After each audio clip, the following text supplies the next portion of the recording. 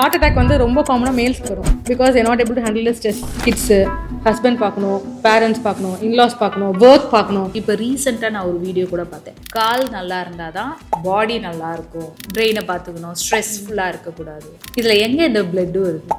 Blood எல்லாத்துலேயும் இருக்குல்ல, blood இல்லாத ஒரு இடம் சொல்லுவாங்க. இல்லை, அதுதான் சொல்கிறேன். யாருமே அதை பற்றி பேசவே இல்லைல்ல. மென்ஸ்ட்ரல் ப்ராப்ளம் காமனாக எல்லா கேர்ள்ஸ்க்கும் இருக்குது. சில பேருக்கு அது அதிகமாக இருக்கும். நார்மலாக ஒரு நாளைக்கு சேஞ்ச் பண்ணுற பேட் விட அதிகமாக 7 பேட்ஸ் 8 பேட்ஸ் மாற்றுவாங்க. வயிற்றுல இருக்கும் போதே குழந்தைக்கு எதனா ஒன்று வந்துடும். வேர்ட் இப்போ ஜெனடிக்ஸ் சொன்னால் உங்கள் மைண்டில் என்ன ஓடிப்போம். அப்படி கிடையாது. மெயினாக என்னன்னா அந்த கன்சாங்குனஸ் மேரேஜ்னு சொல்லுவோம். சொந்தத்திலே கல்யாணம் பிறந்த குழந்தையிலேருந்து 80-85 இயர்ஸ் பாசிட்டிவ் சென்ஸ் என்னது வான் வில்லி பிராண்ட் டிசீஸ். ஏன் இவ்வளோ காமனாக குழந்தைங்களுக்குலாம் கூட இந்த அனிமியா வருது? ஏன் வருது? மோஸ்ட் காமன் காஸ் பார்த்தீங்கன்னா கீரை சாப்பிட்டா ரொம்ப நல்லது அனிமிக்கா. ஆமா, எவ்வளோ கீரை சாப்பிடணும்? அவள் சாப்பிடவே மாட்டேங்கிறா, டெய்லியும் பிஸ்கெட் தான் சாப்பிட்றா. சரி நீங்கள் என்ன பண்ணுறீங்க? அதாவது சாப்பிட்றால நான் விட்டுறேன். இப்போ நீங்கள் அந்த காலத்துலாம் பார்த்தீங்கன்னா ஃபீமேல்ஸ்லாம் வந்து பீரியட்ஸ் ஆனதுக்கு தனியாக ஒதுக்கி வச்சுருவாங்க. நம்மளாம் எனக்குல என்ன அவங்க அன்டச்சபிள்ஸா கிடையாது. ஸோ இந்த பிளட் டொனேஷன் எவ்வளோ ஃப்ரீக்வெண்ட்டாக பண்ணலாம்? அவங்க உடம்புல என்னெல்லாம் இருக்கக்கூடாது? முதல்ல ஒரு ஹெல்த் ஹேபிட் நீங்கள் காம்ப்ரமைஸே பண்ண மாட்டீங்கன்னா எல்லாருக்கும் ரெக்கமெண்ட் பண்ணுற ஒரு சாப்பாடு. 30 வயசு ஆயிடுச்சு, இந்த பிளட் டெஸ்ட் நீங்கள் கண்டிப்பாக எடுக்கணும்னா இப்போ சொன்ன மாதிரி அதே பிளட் தான். One place in Tamil Nadu which every foodie must visit. Chicken நடுவில் அந்த ஊறி பார்த்தீங்களா? சிக்கன் இல்லை, அது மட்டன். சரி, இந்த மட்டன் நான்வெஜ் சாப்பிட மாட்டோம் போல. ஸோ இந்த ரேட்டிங்லேயே நம்ம இன்னொன்று பேசிடுவோம். Iron tablet. ஒரு மாசமா அயன் டேப்லெட் போட்டுட்டு டாக்டர் ஏறவே இல்லை.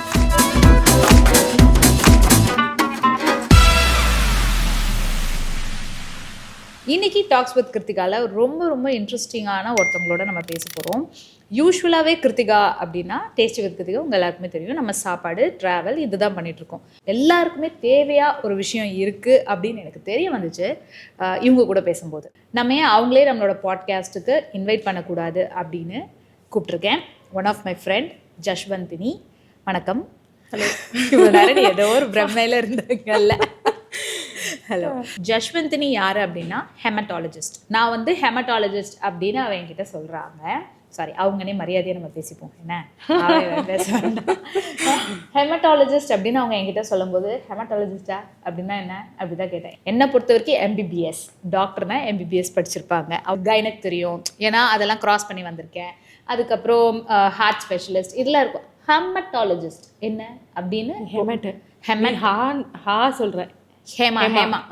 ஹெமட்டாலஜிஸ்ட் ப்ரொனவுன்சியேஷனே கொஞ்ச நேரத்துக்கு நான் அவங்ககிட்ட கேட்டு தெரிஞ்சுக்கிட்டேன்.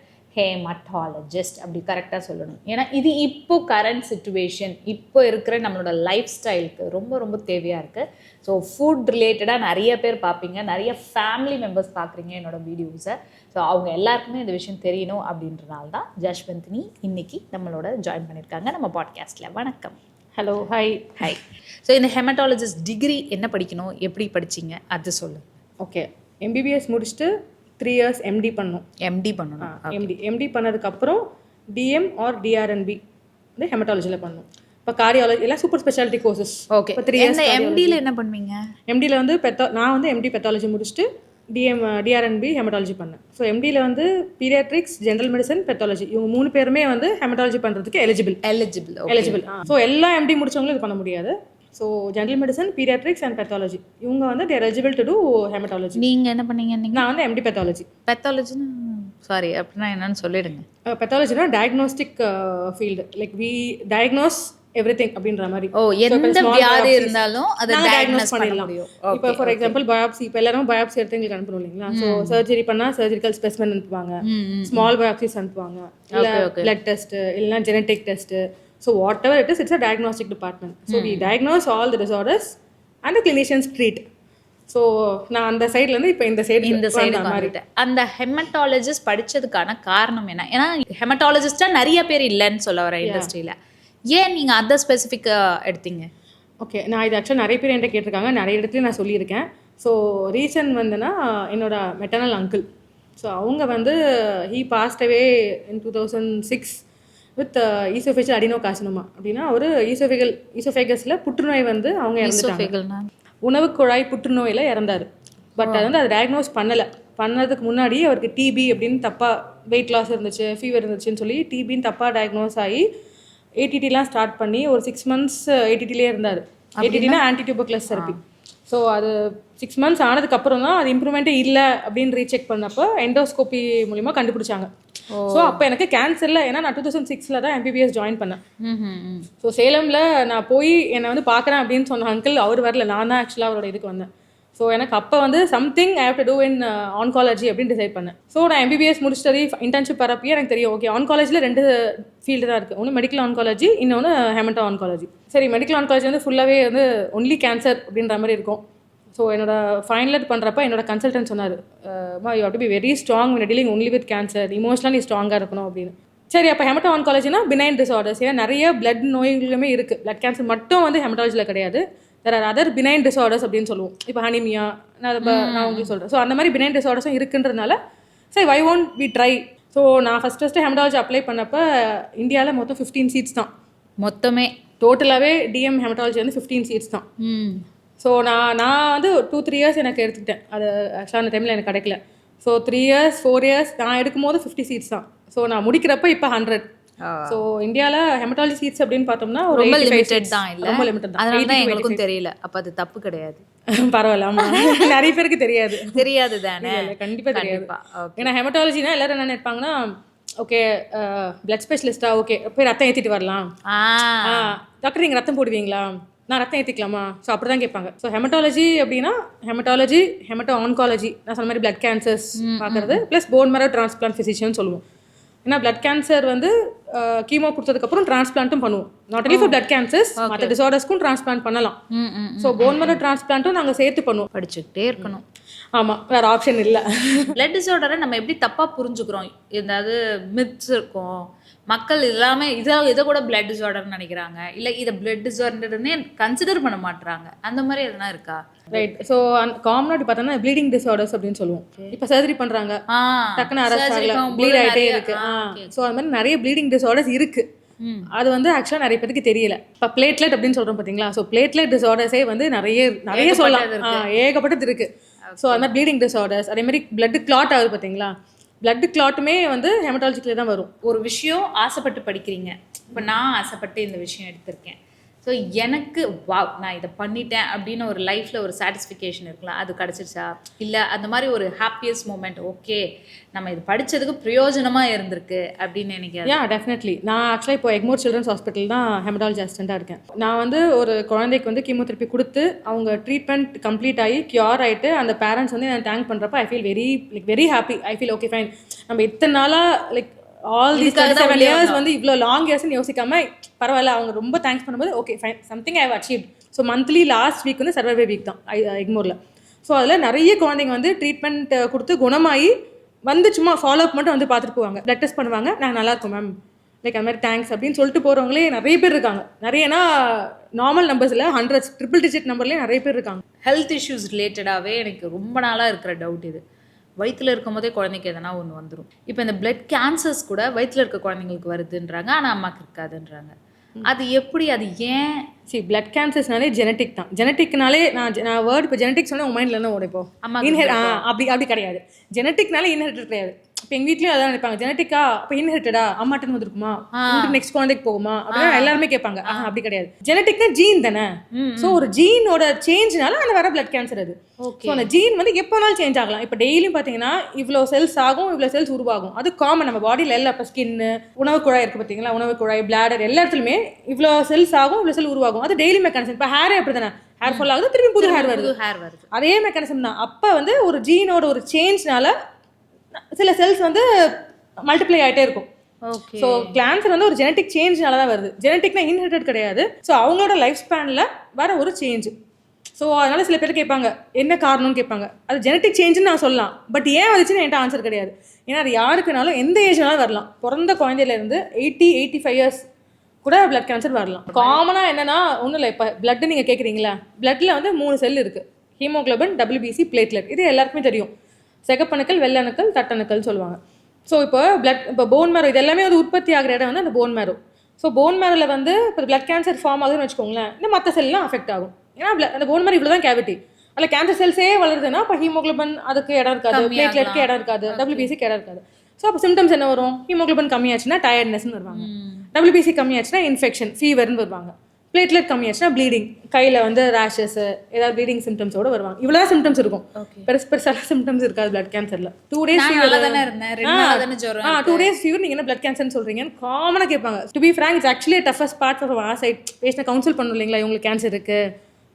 ஸோ சில கேன்சர் வந்து சர்வைவல் நல்லா இருக்கும், சில கேன்சர் ரொம்ப ஹை ரிஸ்க்காக இருந்துச்சுன்னா சர்வைவல் அதுக்கேற்ற மாதிரி தான் இருக்கும். நிறைய அட்வான்ஸ்ட் மெடிசன்ஸ் வந்துடுச்சு இல்லை, முன்னாடிலாம் கேன்சர்னாலே காப்பாற்ற முடியாதுன்ற மாதிரிலாம் இருந்துச்சு நான் சின்ன பிள்ளையா இருக்கும் போது எல்லாமே. இப்போ எந்தெந்த கேன்சர்லாம் curable? Blood cancers are all curable. ஆனால் நம்ம டே ஒன்னே அது கியூரபிள்னு சொல்ல மாட்டோம்.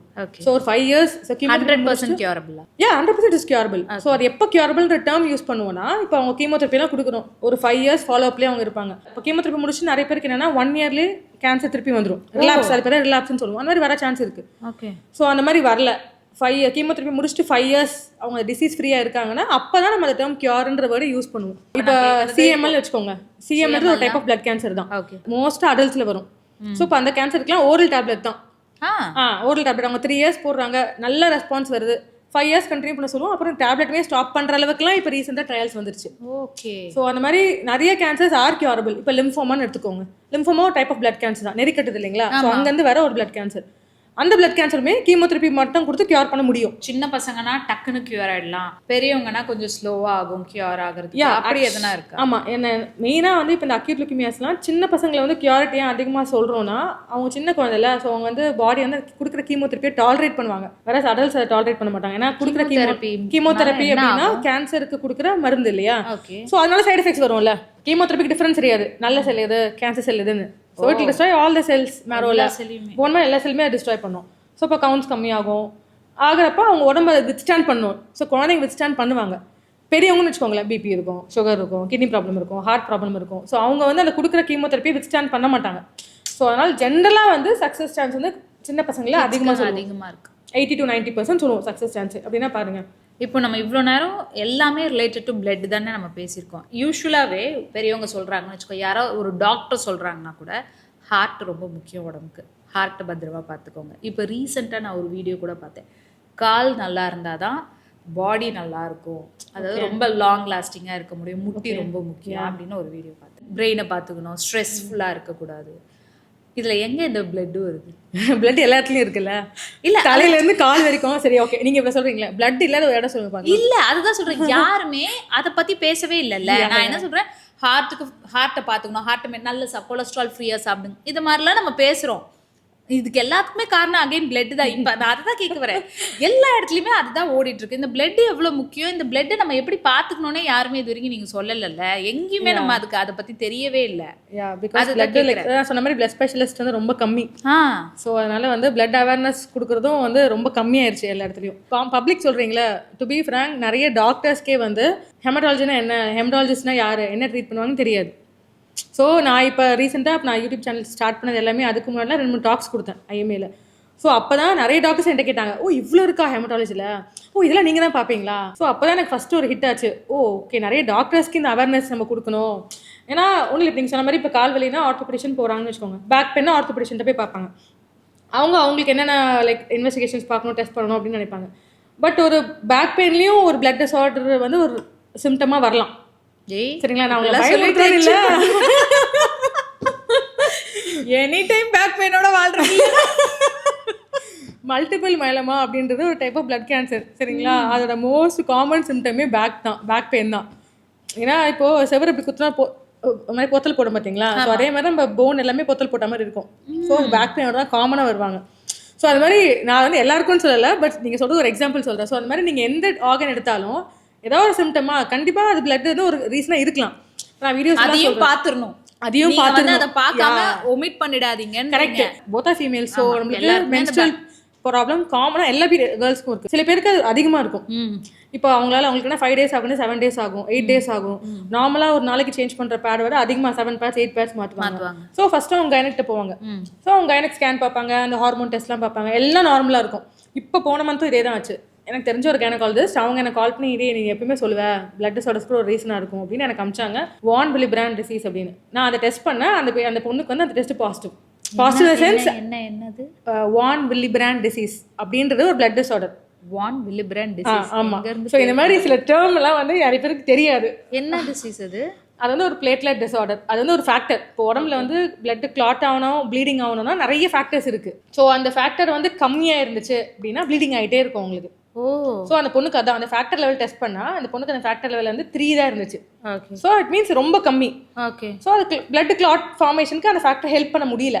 அப்புறம் எப்படி அதை கியூர் பண்ணுவீங்க? அதை அது சொல்லுங்க. கியூர் கிடையாது, வந்து ஒரு ஜெனடிக் ப்ராப்ளம்ன்றதுனால அது லைஃப் லாங் இருக்கும். பட் ஸ்டில் வந்து ப்ளீடிங் ஸ்டாப் ஆகிறதுக்கு மெடிசன்ஸ் கொடுப்போம். ப்ளஸ் இப்போ லைஃப் த்ரெட்னிங் ப்ளீடிங் வருதுன்னா அதுக்குன்னு ஸ்பெஷல் கான்சென்ட்ரேட்ஸ் இருக்கு. அந்த ஃபேக்டர் கான்சென்ட்ரேட்டே இருக்கு. அவங்களே பிரெக்னென்ட் ஆகுறாங்க, டெலிவரி ஆக போகுதுன்னா ஸோ அந்த doctor tell be aware. Okay fine, இவங்களுக்கு இந்த பிரச்சனை இருக்கு, நிறைய ப்ளீடிங் ஆச்சுன்னா இந்த ஃபேக்டர் தான் கொடுக்கணும் அப்படின்னு அவங்களுக்கு தெரியும்.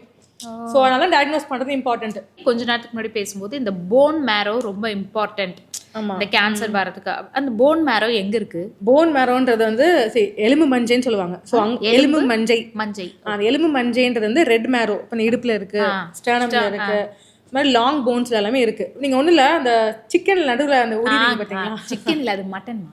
சரி, இந்த மட்டன் நான்வெஜ் சாப்பிட மாட்டேன் போல. சொல்லு.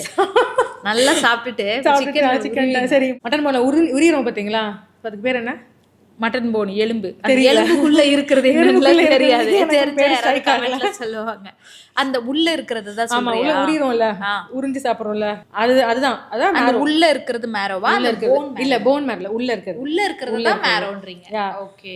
சோ அந்த எலும்பு மஞ்சன்றது அது ஒரு பிளேஸ். அந்த இடத்துல எல்லா பிளட் செல்ஸும் ஃபார்ம் ஆகும்.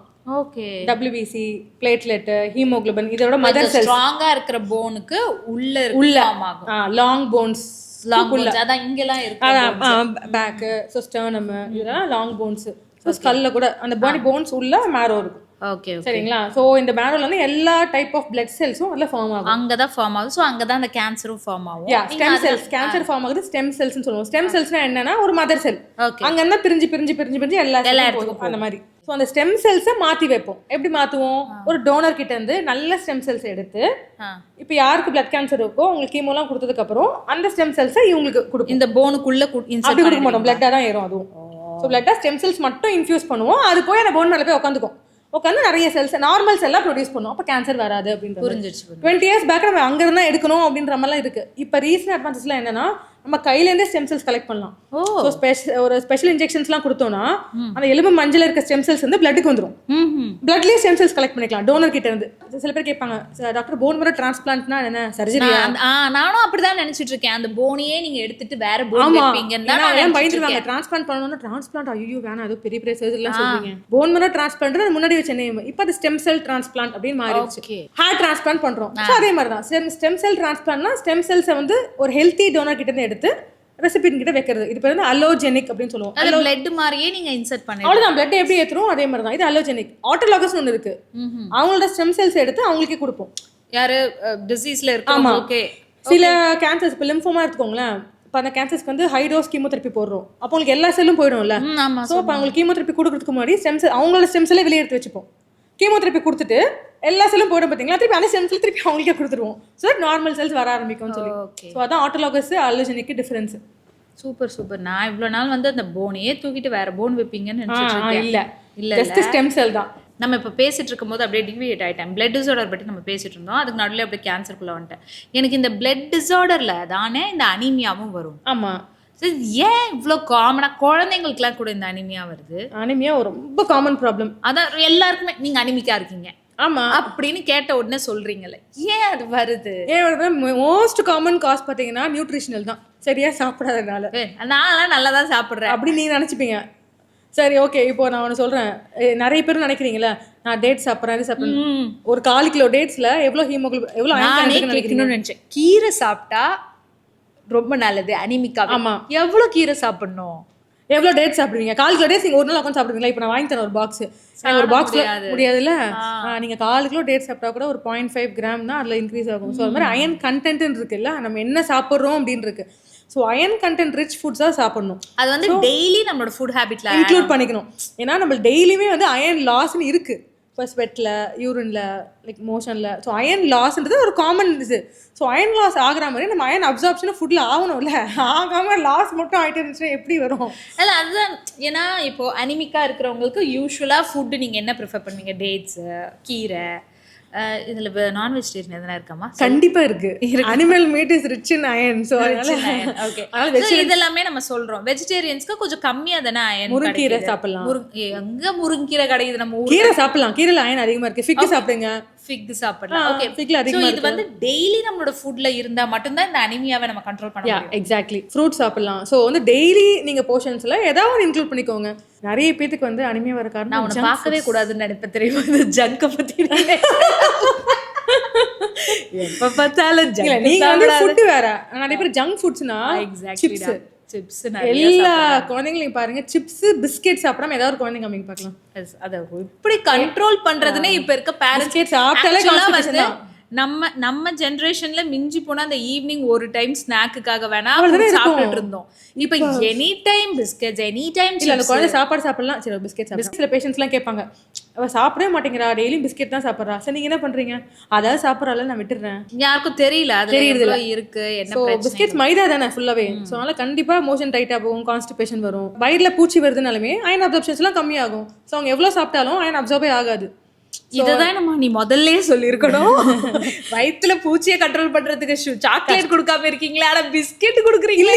யாரும் இல்லையே. பிஸ்கெட் கொடுக்க சாக்லேட் வந்து பூச்சி வந்துருமா, சாப்பிடாதன்னு சொல்றோம். ஆனா எத்தனை பேர் சொல்றாங்க அது ஒரு பேட் மாதிரி ஆயிடுறாங்க.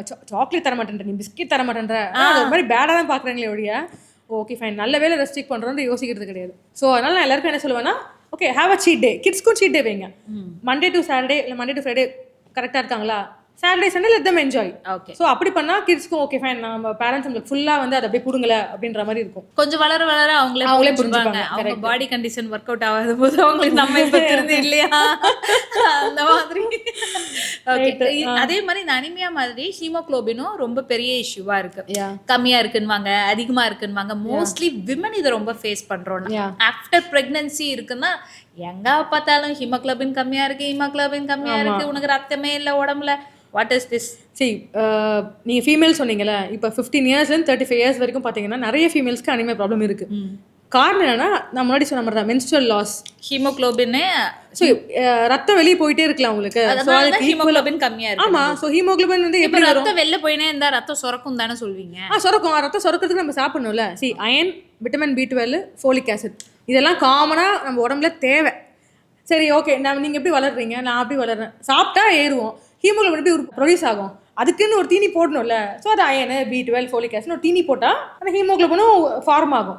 நம்ம தீனியே போடாம ரத்தம் சுரக்கணும் எங்கன்னு சுரக்காது.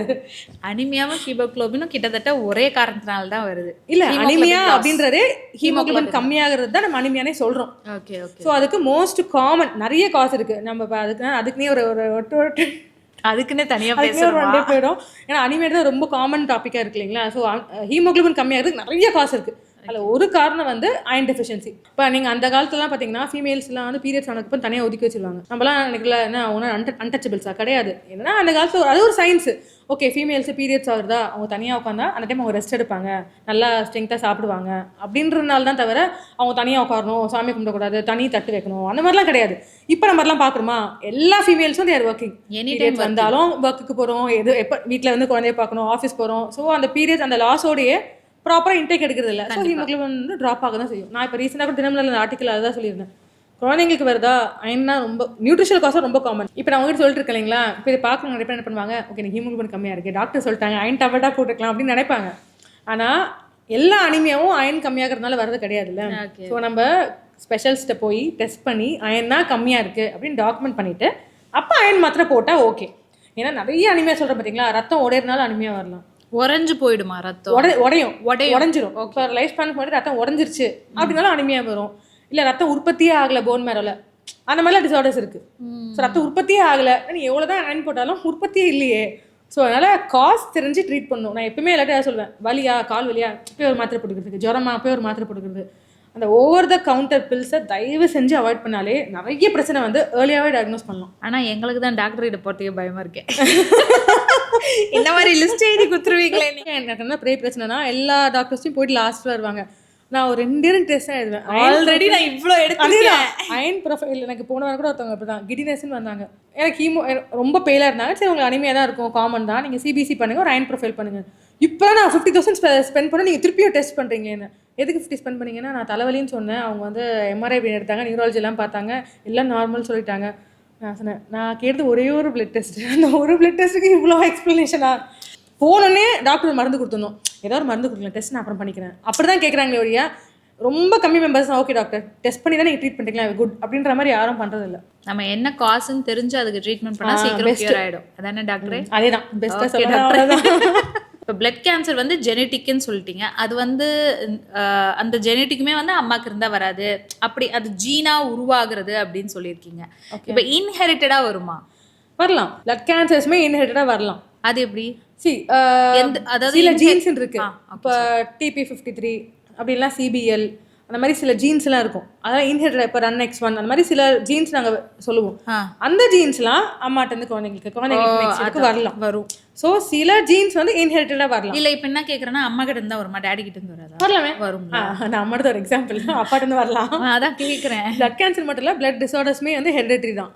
ஓகே. இப்போ சில பேர் சிக்கிள் செல், தாலசிமியா, இதெல்லாம் வந்து ஒரு வகையான அனிமியா தான். ஓ, இதுவும் அனிமியா தானே? இதுவும் வார்த்தையெல்லாம் கேட்கவே பயமா இருந்துச்சு. இதெல்லாம் சிக்கிள் செல் அனிமியா, தாலசிமியா, இதுவும் அனிமியா தான். பட் இதெல்லாம் இன்ஹெரிட்டன்ஸ் சொல்லுவோம், மரபணு நோய்கள்னு சொல்லுவோம். ஓகே. மரபணு நோய்கள்லாம் இப்போ சில பேர்லாம் கேரியரா இருப்பாங்க. இப்போ லேடிஸ் வச்சுக்கோங்க, லேடிஸ் எல்லாருக்குமே 2 ஜீன் அஃபெக்ட் ஆனால் அந்த டிசீஸ் வரும். இப்போ லேடிஸ் ஒரு ஜீன் அஃபெக்டா இருக்கு, மென்க்கும் ஒரு ஜீன் அஃபெக்டா இருக்குன்னா அவங்க கேரியர், சிம்டம்ஸ் தெரியாது வெளியே. இப்போ அவங்க 2 பேரும் மேரேஜ் பண்ணாங்க அப்படின்னா குழந்தைங்களுக்கு வந்து 2 சிவியரா வந்துடும். ஸோ அதனால தான் வந்து இப்போலாம் ஸ்க்ரீனிங்கே பண்ணுறோம். சிக்கல் செல் அனிமியாக்கு, தாலசிமியாக்கெலாம் வந்து ஸ்க்ரீனிங் பண்ண ஆரம்பிச்சிட்டாங்க நிறைய பிளேசஸில். சில பெல்ட்லாம் இருக்குது ரொம்ப ப்ரெவலண்ட்டாக.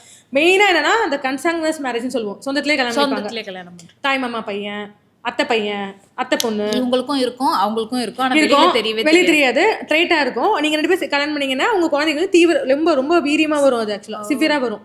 குழந்தைக்கு வந்ததுக்கு அப்புறம் தான் டெஸ்ட் பண்ணி பார்த்தா அப்பாவுக்கும் அம்மாவுக்கும் இருக்கும். ஐயோ எங்களுக்கு தெரியலையே அப்படின்வாங்க. ஸோ அந்த மாதிரி இப்போ நிறைய பேர் வந்து அதனால தான் வந்து சொந்தத்தில் கல்யாணம் பண்ணுறது கொஞ்சம் ஸ்டாப் பண்ணுற ரீசன் இருக்குது. இப்போ வந்து நம்ம ஹீமோகுளோபின் பேசணும், அனிமியா பேசணும், இந்த பிளேட்லெட் கவுண்ட்ஸ்னு சொல்கிறாங்கல்ல, அதுவும் கம்மியாகுது இன்க்ரீஸ் ஆகுது அப்படின்றாங்க. அது என்னது? ஸோ பிளட்ல வந்து ஹீமோகுளோபின் அந்த RBC மாதிரி பிளேட்லெட்டும் ஒரு செல் இல்லை. ஓகே. ஸோ பிளேட்லெட் எதுக்கு யூஸ் ஆகும் அப்படின்னா ரத்தம் வந்து உறையிறதுக்கு, கிளாட் ஆகுது. ஸோ பிளேட்லெட் கவுண்ட் கம்மியாக இருந்துச்சுன்னா ப்ளீடிங் டெண்டன்சி வந்து அதிகமாக இருக்கும்னு சொல்லுவாங்க. இப்போ பிளேட்லெட் அதிகமாச்சுன்னா அப்போ கிளாட் ஆகும். கரெக்ட். ஏன்னா அது ஒரு டிசார்டர் தான். அது வந்து எசென்ஷியல் த்ரோம்போசைட்டோசிஸ் அப்படின்னு சொல்லுவோம். அது ஒரு பிளட் டிசார்டர். நீ எப்படிமா இந்த பேரெல்லாம் ஞாபகம் வச்சுக்கிற? என்ன பண்றது, வேற ஆப்ஷன் இல்லையே. கொஞ்சம் சொல்லு. Essential thrombocytosis. ஆக்சுவலாக என் கிளினிக்கில் ஒரு பேஷண்ட் வந்தாங்கன்னா 1 hour நான் பேசுவேன். என் கிளினிக் ரிசப்ஷனிஸ்ட் சொல்வா, மேம் என்ன மேம் ½ hour 1 hour பேசிட்டு இருக்கீங்க, பேஷண்ட் புரிய வைக்கணும்ல. பேசும் இதே தான், எசென்ஷியல் த்ரோம்போசைட்டோசிஸ் தான். உங்களுக்கு பிளேட்லெட் கவுண்ட் அதிகமாக இருக்கு. ஓகே, உங்களுக்கு எப்படி புரியும்? எனக்கே புரியும். ஸோ நான் உட்காந்து அவங்களுக்கு போன் மேரோல இருந்து எல்லாம் எக்ஸ்பிளைன் பண்ணுவேன். ஸோ நம்மளுக்குலாம் ஒரு செக் இருக்கும், எப்போ ப்ரொடியூஸ் பண்ணணும், எப்போ வந்து ஸ்டாப் பண்ணணும்னு. அவங்களுக்குலாம் பிரேக் ஃபெயிலியர் மாதிரி அது பாட்டு உற்பத்தி ஆகிட்டே இருக்கும் போன் மேரோல. ஓகே, போயிட்டே இருந்தால் பிளட் அங்கங்கே கிளாட் ஆகிட்டே இருக்கும். ஆமாம், ஆக்சுவலாக நிறைய பேர் என்னன்னா கிளாட் ஆனதுக்கப்புறம் அதுவே த்ராம்போசிஸ்ன்னு சொல்லுவோம். பிளட் கிளாட் ஆனதுக்கப்புறம் டெஸ்ட் பண்ணி பார்த்தா பிளேட்லெட் தான் ரொம்ப அதிகமாக இருக்கும். அதுக்கப்புறம் இவாலுவேஷனுக்கு வருவாங்க. ஸோ அதனால தான் வந்து கிளாட்டிங் டிசார்டருமே வந்து ஹெமடாலஜி கீழே வருது. எல்லா கிளாட்டும் கிடையாது, பட் இந்த மாதிரி பிளட் டிசார்டர்ஸ்னால நிறைய கிளாட் வரலாம். காலில் கிளாட் ஆகும், பிரெயினில் கிளாட் ஆகும், ஹார்ட் அட்டாக்கு. நான் அதுதான் சொல்லுவேன், உங்களுக்கு ஹீமோகுளோபின் அதிகமாக கூட பிரச்சனை, நார்மல் கிடையாது அப்படின்னு சொல்கிறேன். ஒயிட் பிளட் செல்ஸ்லேயே 5 டைப் இருக்குது. ஸோ WBC முக்கியமாக எதுக்குன்னா வந்து இன்ஃபெக்ஷன் வராமல் பார்த்துக்கும். ஒரு இன்ஃபெக்ஷன் வருது, இல்லை நம்மளோட இம்யூனிட்டி நல்லா இருந்துச்சுன்னா கேன்சர் வராமல் பார்த்துக்கிறது, இன்ஃபெக்ஷன் வராமல் பார்த்துக்கிறது, இதெல்லாம் WBCயோட ஒரு மெயின் ஒர்க். ஏன்னா நிறைய பேர் கேட்குறாங்க இம்யூனிட்டிக்கும் பிளட் ஹெல்த்துக்கும் என்ன சம்மந்தம் இருக்குது. கண்டிப்பாக இருக்குது. நம்ம இம்யூனிட்டி நல்லா இருந்தால் தான் பிளட் ஹெல்த்தும் நல்லா இருக்கும். ஸோ அதுக்கு தான் வந்து நான் சொன்னீங்களா ஸ்ட்ரெஸ்ஸு வரேன், அதுக்கு தான் வந்தேன். லைட்டாக அப்படியே அடுத்து வரலாம். ஸ்ட்ரெஸ்ஸுக்கும் இதுக்கும் எதனா சம்மந்தம் இருக்கா? எப்படி இல்லாமல் இருக்கும்? ஸ்ட்ரெஸ்ஸுக்கும் எதுக்கும் சம்மந்தம் இல்லாமல் இருக்குது, எல்லாத்துக்கும் சம்மந்தம் இருக்குது. ஏன்னா ஸ்ட்ரெஸ் அப்போ இந்த கார்டிசால் ஹார்மோன் ஷூட்டப் ஆகும். ஸோ இப்போ நிறைய இந்த யோகா நித்ரா நிறைய டெக்னிக்ஸ்லாம் இப்போ நிறைய பேர் சொல்கிறாங்க இல்லைங்களா, அது எல்லாமே இந்த கார்டிசால் லெவல்ஸை கம்மி பண்ணுறதுக்கு தான்.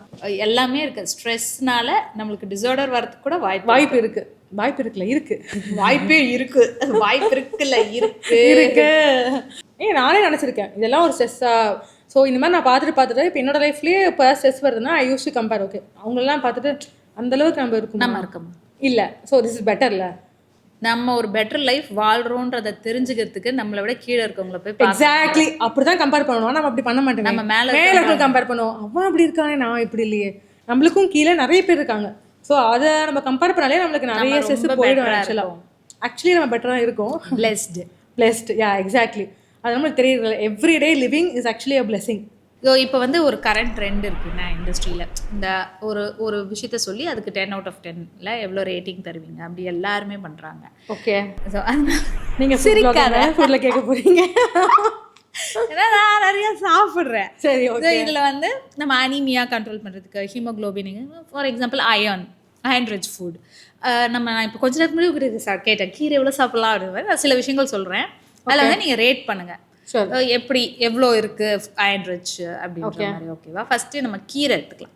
கீரைக்குனா எவ்வளோ ரேட் பண்ணுங்க? 10 out of 10. கீரை பார்த்து கீரை முருங்கைலாம் it is rich in iron actually. Pomegranate no not. அது உங்களுக்கு பார்க்க ரெட்டாக இருக்கும். 2 to 3 out of 10 தான் சொல்லுவேன். பொமக்ரானட்லேருந்து லைகோபீன் இருக்குது, vitamin C rich. But iron பார்த்தீங்கன்னா கண்டென்ட் ரொம்ப கம்மி. அப்போ டேட்ஸும் 2 தான். டிபெண்டிங் அப்பான் நிறைய சாப்பிட்டு சொல்கிறீங்க. கொஞ்ச நாள் பற்றி சொன்னல, நிறைய வெரைட்டி ஆஃப் டேட்ஸ் இருக்கு. But dates is definitely not a good source of iron. நான் தான் சொன்னேன் உங்களுக்கு 4 கிலோ டேட்ஸ் சாப்பிடுவீங்களா? So we can't. Meet 10 out of 10. பாரு, யாரும் என்ன எதுவுமே சொல்ல முடியாது. கரெக்ட். ஓகே, இப்போ மீட்லயுமே நிறைய வெரைட்டிஸ் இருக்கு. ஸோ எது எடுத்துக்கலான்ற மாதிரி. liver, mutton liver is very good. Okay. So weekly twice if they are taking, it's good. நல்ல அயன்.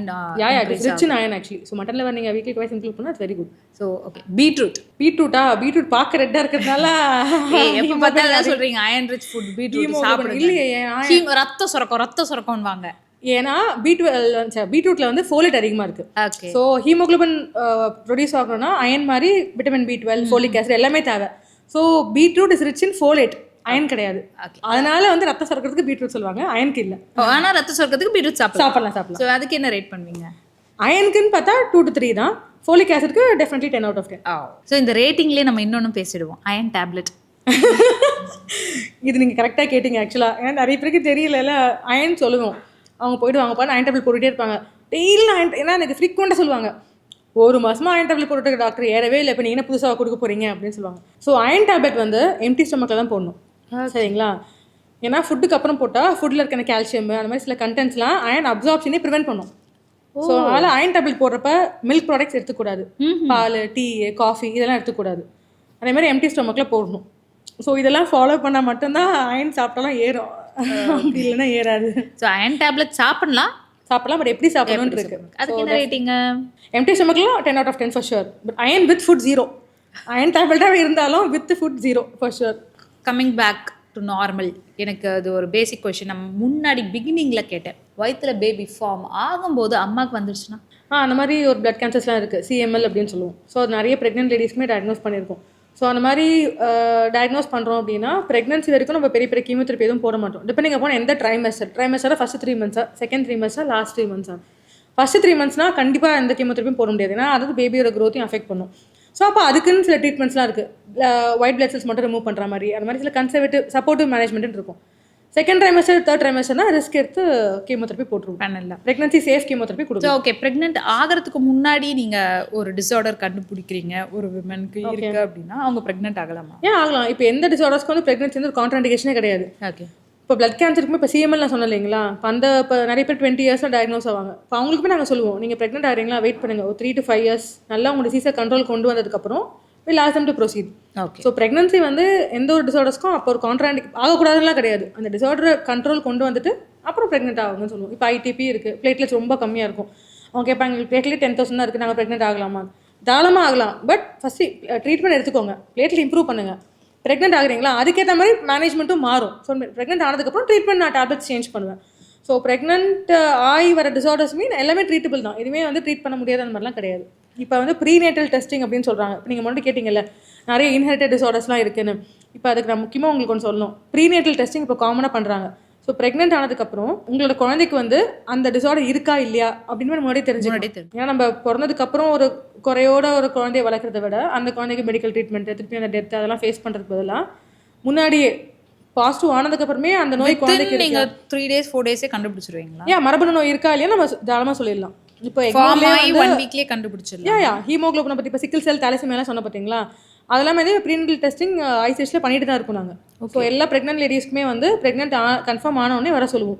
ஸோ அந்த டெஸ்ட் பண்ணி பார்த்துட்டு இப்போ அந்த பிறக்கிற குழந்தை வந்து அதுக்கு வந்து டிசீஸ் ஜீனோட இருக்குது அப்படின்னா மெடிக்கல் டெர்மினேஷன் ஆஃப் ப்ரெக்னன்சி வந்து பண்ண சொல்லுவோம். காமனாக நிறைய பேர் ஃப்ரீக்வெண்ட்டாக பிளட் டொனேட் பண்ணுவாங்க. நான் இது வரைக்கும் பண்ணதே இல்லைன்னு வச்சுக்கோ.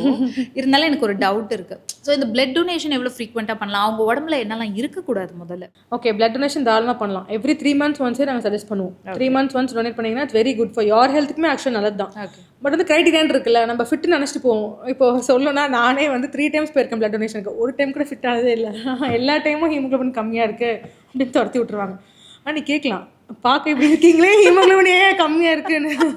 ஸோ வந்து பார்க்க ஃபிட்டாக இருந்தாலும் ஹீமோகுளோபின் கம்மியாக இருக்கலாம். ஸோ அதனால் எனக்கு ஒரு டைம் போனப்போ 11.5 12 அப்படி தான் இருக்கும். ஸோ நாட் ஃபிட்டுன்னு அனுப்பிச்சிருவாங்க. ஸோ நம்ம ஃபிட்டுன்னு நினச்சிட்டு போவோம். பட் பிளட் பேங்க்கில் வந்து அவங்க பிளட் டொனேஷன் பண்ணுறதுக்கு முன்னாடி சில க்ரைட்டீரியா வச்சுருப்பாங்க. ஆல்கஹால் எடுத்துருக்கூடாது, ஸ்மோக் பண்ணியிருக்கூடாது, ரீசெண்டாக டேட்டூ போட்டிருக்கூடாது. ஏன்னா டேட்டூ போட்டாலுமே பிளட் டொனேஷனுக்கு அக்செப்ட் பண்ணிக்க மாட்டாங்க. அக்யூட் இன்ஃபெக்ஷன் எதுவும் இருக்கக்கூடாது, லிவர் இன்ஃபெக்ஷன் சொல்லுவாங்க, ஹெப்படைட்டிஸ் அதெல்லாம் எதுவும் இருக்கக்கூடாது. ஸோ அவங்க வந்து ஒரு சீரிஸ் ஆஃப் டெஸ்ட் வச்சிருப்பாங்க, ஒரு ரேபிட் கார்ட் டெஸ்ட்னு சொல்லி. ஸோ அதில் எல்லாம் பார்த்துட்டு அவங்களுக்கு இன்ஃபெக்ஷன்லாம் எதுவுமே இல்லைன்னா தான் they are fit to donate blood. அதே மாதிரி ஹீமோகுளோபின் அதிகமாக இருக்குன்னு வச்சுக்கோங்களேன், அவங்களையும் துரத்தி விட்டுருவாங்க. அவங்க சொன்னல ஹீமோகுளோபின் அதிகமாக இருந்தால் அது வந்து ஒரு பிளட் டிஸார்டர். ஸோ நீங்கள் ஃபஸ்ட்டு அங்கே போங்க, ஃபிட்னஸ் வாங்கிட்டு வாங்க, அப்புறம் டொனேட் பண்ணுங்க அப்படின்னு சொல்லிடுவாங்க. ஹெல்த் செக்அப் பண்ணிக்கோங்க இயர்லி ஒன்ஸ்ன்னு சொல்கிற மாதிரி. இந்த பிளட் செக்அப் பேசிக்காக ஒரு பிளட் செக்அப் பண்ணணும் அப்படின்னா ஒருத்தங்க எவ்வளோ வாட்டிக்கு எத்தனை இயர்லி ஒன்ஸ் பண்ணலாமா, என்ன பண்ணலாம்? சிபிசி நான் லைக் என்னோட வீடியோஸே சொல்லுவேன். சிபிசி அப்படின்றது கம்ப்ளீட் பிளட் கவுண்ட். அதாவது இயர்லி ஒன்ஸ் மேண்டேட்ரியாக எல்லாருமே பண்ணணும். ஈவன் கிட்ஸுக்குமே ஏன் பண்ணலாம் அப்படின்லாம் கேட்பீங்க. ஆனால் கிட்ஸும் பண்ணணும், ஏன்னா அயன் கம்மியாக இருந்தால. ஸோ நீங்கள் சிபிசி பார்த்தீங்கன்னா அதில் எல்லாத்துக்குமே க்ளூ இருக்கும். ஒரு நல்ல லேபில் ஒரு ப்ராப்பர் சிபிசி பார்க்குறீங்கன்னா ஹீமோகுளோபின் மட்டும் நான் பார்க்க மாட்டேன். அதில் எம்சிவி அது நிறைய பேராமீட்டர்ஸ் இருக்குது. எம்சிவி, எம்சிஹெச், எம்சிஹெச்சி, ஆர்டிடபிள்யூ அது மாதிரி நிறைய இருக்குது. இதெல்லாமே வந்து ஒரு ஹீமோகுளோபின் ஏன் கம்மியாகுதுன்னு அது சொல்லும், ஒரு க்ளூ கொடுக்கும். ஸோ அதை பேஸ் பண்ணி ஃபர்தர் டெஸ்டிங் வந்து நான் கேட்கலாம். ஸோ அதனால் நம்ம சிபிசி மட்டும் பார்த்தாலே வந்து நிறைய பிளட் டிஸார்டர்ஸ் வந்து ஏர்லியாகவே நம்ம டயக்னோஸ் பண்ணலாம். பட் யாரெல்லாம் மாஸ்டர் செக்கப்புக்கும் போக முடியலையோ அட்லீஸ்ட் சிபிசி பண்ணி பார்த்துக்கோங்க. ரேபிட் ஃபயர் ஓகே சரி. இதில் இல்லைண்ணா என்னோட ஸ்பெஷாலிட்டி ஸ்பெஷாலிட்டின்னு இல்லை, ஜென்ரலாக பேசிக்கலாம். Okay fine. ஓகே, ஒரு ஹெல்த் ஹேபிட் நீங்கள் காம்ப்ரமைஸே பண்ண மாட்டீங்கன்னா ஈட் பிரேக்ஃபாஸ்ட். அஃப்கோர்ஸ், ஏன்னா நிறைய பேர் பண்ண மாட்டேன், நீயே பண்ண மாட்டேன் தானே. டீ ஆர் காஃபி உன்னோட பிஸி டேயில்? காஃபி குடிப்பியா? மோஸ்ட் இக்னோர் சிம்டம் ஒரு விமன் வந்து யூஸ்வலாக இக்னோர் பண்ணுற ஒரு விஷயம்? டயர்ட்னஸ். அதான் ஃபெட்டிக். டயர்ட்னஸ் நிறைய பேர் இக்னோர் பண்ணுவாங்க. எல்லாருக்கும் ரெக்கமெண்ட் பண்ணுற ஒரு சாப்பாடு? நான்வெஜ். பட் வெஜிடேரியன்ஸ்லாம் அஃபண்ட் ஆடாதீங்க. ஸ்டில் என்னை கேட்டதுனால நான் சொல்கிறேன். சரி, ஒரு விஷயம் ரொம்ப சைலண்ட்டாக ஒரு பிளட் ஹெல்த்தை அஃபெக்ட் பண்ணுதுன்னா அது எது? Junk food. ஏன்னா ஜங்க் ஃபுட் சாப்பிட்டா கட் ஹெல்த் அஃபெக்ட் ஆகும், விச் இன் டர்ன் இம்யூனிட்டியில் ரிஃப்ளெக்ட் ஆகும், அகெயின் பிளட் ஹெல்த் தான். ஸோ அதனால் சரி, இப்போது உங்களுக்கு ஹாஸ்பிட்டல் ஃபுட்டா ஹோம் ஃபுட்டா? Home food. நான் டெய்லி வீட்டில் எடுத்துகிட்டு போவேன். அப்படியா? ஓகே, 30 வயசு ஆயிடுச்சு, இந்த பிளட் டெஸ்ட் நீங்கள் கண்டிப்பாக எடுக்கணும்னா இப்போ சொன்ன மாதிரி அதே பிளட் தான் சிபிசி. CBC CBC. ஒரு advice for women, always put them last. எப்பவுமே நான் ஃபர்ஸ்ட் சொன்னீங்களா, அதே always put them selves the back end. Kids, husband பார்க்கணும், பேரண்ட்ஸ் பார்க்கணும், இன்லாஸ் பார்க்கணும், ஒர்க் பார்க்கணும். So to be very frank, womens are carrying more pressure than males.